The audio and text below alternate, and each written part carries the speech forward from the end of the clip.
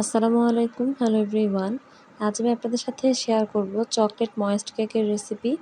এই কেকটা এমনিতেই খেতে অনেক বেশি মজা। আশা করি ইনশাআল্লাহ আজকের রেসিপি ফলো করে বানালে আপনাদের কাছেও কেকটা খেতে অনেক বেশি ভালো লাগবে। আপনারা যারা প্রথমবারের মতো আমার চ্যানেলটি দেখছেন, আপনারা প্লিজ আমার চ্যানেলটি সাবস্ক্রাইব করবেন এবং পাশে থাকা বেল আইকনে ক্লিক করে দিবেন। আপনারা নিশ্চয়ই কেকটা দেখেই বুঝতে পারছেন মাশাআল্লাহ কেকটা কতটা সফট হয়েছে। তো আমি এখানে প্রথমে প্রায় 150 গ্রামের মতো মিল্ক চকলেট নিয়েছি। চকলেটটাকে আমি গ্রেটারের সাহায্যে গ্রেট করে নিয়েছি। আপনারা চাইলে এখানে ডার্ক চকলেটটাকেও ব্যবহার করতে পারেন। এবং সাথে আমি এখানে দিয়ে দিয়েছি 1/4 কাপ রান্না সয়াবিন তেল। আপনাদের কাছে যদি বাটারটা অ্যাভেলেবেল থাকে আপনারা এখানে 1/4 কাপ বাটার ব্যবহার করবেন। আমার কাছে বাটার অ্যাভেলেবেল ছিল না, সেজন্য আমি এখানে তেল ব্যবহার করেছি। বাটার দিলে এই কেকের টেস্টটা অনেক গুণে বেড়ে যায়। তো আমি এটাকে মেল্ট করে নিয়েছি। মেল্ট করে আমি এটাকে একটা সাইডে সরিয়ে রাখছি।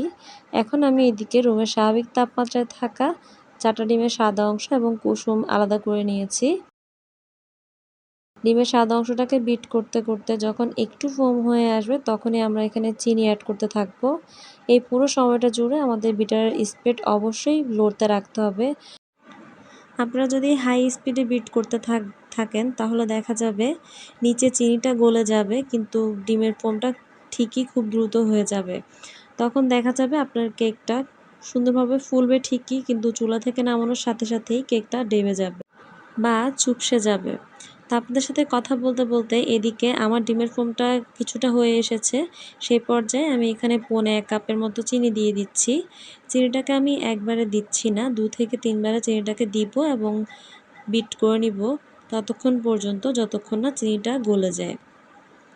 তো এভাবে বিট করতে করতে আপনারা হাত দিয়ে চেক করে নেবেন যে আপনাদের চিনিটা গলেছে কিনা। বিটারের স্পিডের উপর নির্ভর করে আপনাদের কতক্ষণ সময় লাগবে চিনিটা গলতে।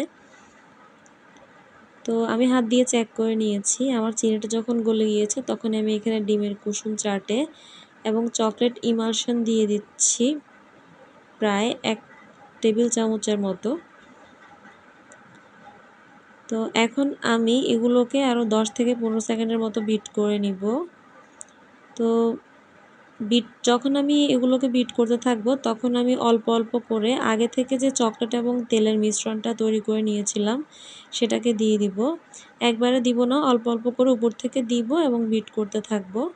তারপরে দেখবেন খুব সুন্দরভাবে এটা ডিমের ফোমের সাথে মিশে যাবে। তো মিশিয়ে না হয়ে গেলে বিটারটাকে আমি একটা সাইডে সরিয়ে রাখছি। এখন আমি সবগুলো শুকনো উপকরণকে চেলে দিব। এজন্য মেজারমেন্ট কাপের 1 কাপ নিয়েছি। এরপর এখানে দিয়েছি 1/3 কাপ কোকো পাউডার। এরপর এখানে দিয়েছি খুব সামান্য লবণ, খুব সামান্য বেকিং সোডা। এরপর দিয়ে দিচ্ছি 1 চা চামচ বেকিং পাউডার। এরপর দিয়ে দিলাম 1 টেবিল চামচ কর্নফ্লাওয়ার এবং বাকিটুক দিয়েছি ময়দা। তো ময়দাটাকে আমি লেভেল করে নিচ্ছি না, একটু উঁচা করে নিচ্ছি যেহেতু এটা চকলেট ময়েস্ট কেক। আর এখানে আমি এক্সট্রা করে একটু লিকুইড মিল্ক ব্যবহার করব, আর যেহেতু এক্সট্রা করে এখানে চকলেট ব্যবহার করেছি সেজন্য ময়দাটা একটু বেশি দিলেও সমস্যা নেই। আর আপনারা স্পঞ্জ কেকের ক্ষেত্রে যেভাবে একটু আলতো হাতে মেশান, একটু সময় নিয়ে মেশান, এই কেকটা করার সময় আলতো হাতে না মেশালেও চলবে।